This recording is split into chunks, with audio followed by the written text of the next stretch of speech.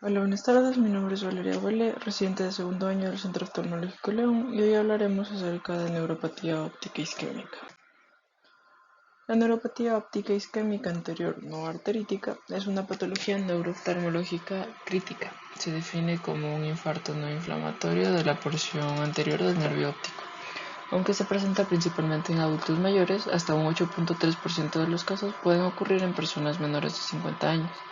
La incidencia es notablemente mayor en individuos de raza blanca, lo cual se ha hipotetizado que se debe a una mayor prevalencia de una anatomía específica del disco óptico conocida como una papila en riesgo. Es fundamental comprender que, a diferencia de su contraparte arterítica asociada a la arteritis de células gigantes, la, la neuritis óptica isquémica anterior no arterítica no es una enfermedad sistémica inflamatoria, sino un evento isquémico multifactorial. Su relevancia clínica radica en que es una de las emergencias oftalmológicas más frecuentes que resultan en un defecto permanente del campo visual. La fisiología exacta de la neuritis óptica isquémica anterior no arterítica aún es objeto de debate, pero la teoría del síndrome compartimental es la más aceptada. Todo comienza con una hipoperfusión en las arterias ciliares posteriores cortas que irrigan la cabeza del nervio óptico. Un factor predisponente crucial es la papila en riesgo o disc at risk, que se observa en el 97% de los pacientes. Esto se refiere a un disco óptico pequeño con una excavación mínima o inexistente, es decir, una relación copa-disco de menor a 0.2. Cuando ocurre una isquemia inicial, las acciones se inflaman. Sin embargo, debido al espacio extremadamente limitado del canal escleral de estos pacientes, esta inflamación comprime los capilares vecinos y otros axones. Esto crea un círculo vicioso donde la compresión genera más isquemia y más edema, culminando en la muerte celular programada o apoptosis de las fibras nerviosas. A diferencia de otros tejidos del sistema nervioso, la cabeza del nervio óptico carece de una circulación colateral robusta, lo hace vulnerable a estos cambios transitorios de presión.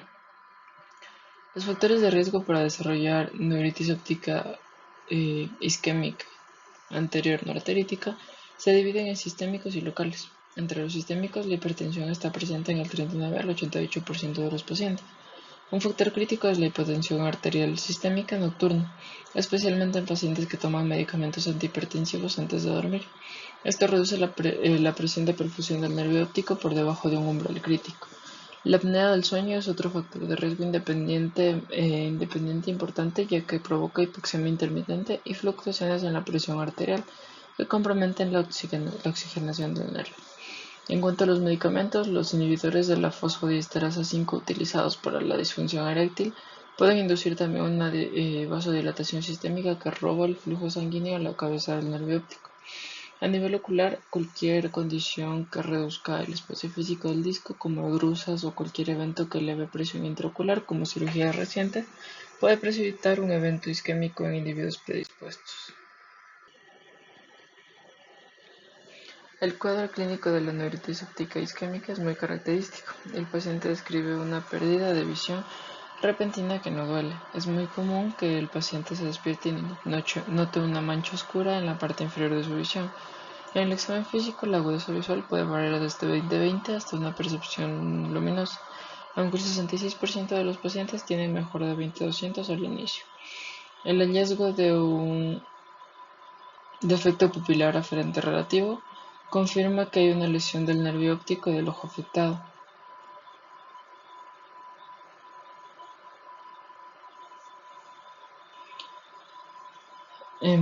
Al realizar el fondo de ojo, el médico verá un edema de pupila que puede ser difuso o segmental. Solo una parte del disco está inflamada. Es frecuente observar pequeñas hemorragias alrededor del disco, lo que indica un compromiso vascular agudo, a diferencia de la neuritis óptica inflamatoria, donde la visión de colores se pierde de manera mucho más severa de lo que indicaría la agudeza visual. En la neuritis óptica isquémica, la pérdida de color va de la mano con la pérdida de nitidez visual. Distinguir entre la neuritis óptica isquémica de otras neuropatías es vital. El diagnóstico diferencial más importante es la neuropatía óptica isquémica arterítica, vinculada a la arteritis de células gigantes. La neuritis óptica arterítica suele presentarse con síntomas sistémicos como dolor de cabeza, dolor al masticar o claudicación mandibular y pérdida de peso. Además, la pérdida visual suele ser mucho más profunda. Frecuentemente puede llegar hasta la no percepción de luz. Ante cualquier sospecha de causa arterítica en mayores de 50 años, se deben medir niveles de BSG y PCR de inmediato. Por otro lado, la neuritis óptica suele ocurrir en pacientes más jóvenes y el dolor al mover el ojo es un síntoma clave presente en el 94% de los casos, lo cual es muy raro en la isquemia. Las pruebas de imagen como la resonancia magnética son útiles cuando el caso es atípico. En la neuritis óptica isquémica no arterítica no suele haber realce del nervio óptico tras aplicar un contraste, mientras que en procesos inflamatorios o infiltrativos el realce es la norma. Actualmente el manejo de la neuritis óptica isquémica no arterítica es frustrante tanto para el médico como para el paciente debido a la falta de un tratamiento curativo. Estudios sobre aspirina no han demostrado que mejore la visión en el ojo agudo, aunque a veces se prescribe para prevenir eventos cardiovasculares generales. El uso de corticoides es controversial. Algunos estudios sugirieron beneficios y se inicia desde muy temprano, pero hay otros ensayos clínicos aleatorizados que no hay ensayos aleatorizados que lo confirmen, como un estándar de oro. La cirugía de descompresión fue descartada definitivamente tras demostrarse que los pacientes operados tenían peores resultados que los observados. Por lo tanto, el objetivo principal es la prevención secundaria. Controlar estrictamente la presión arterial, evitando dosis nocturnas excesivas, manejar la apnea del sueño con CPAP y estabilizar la glucosa.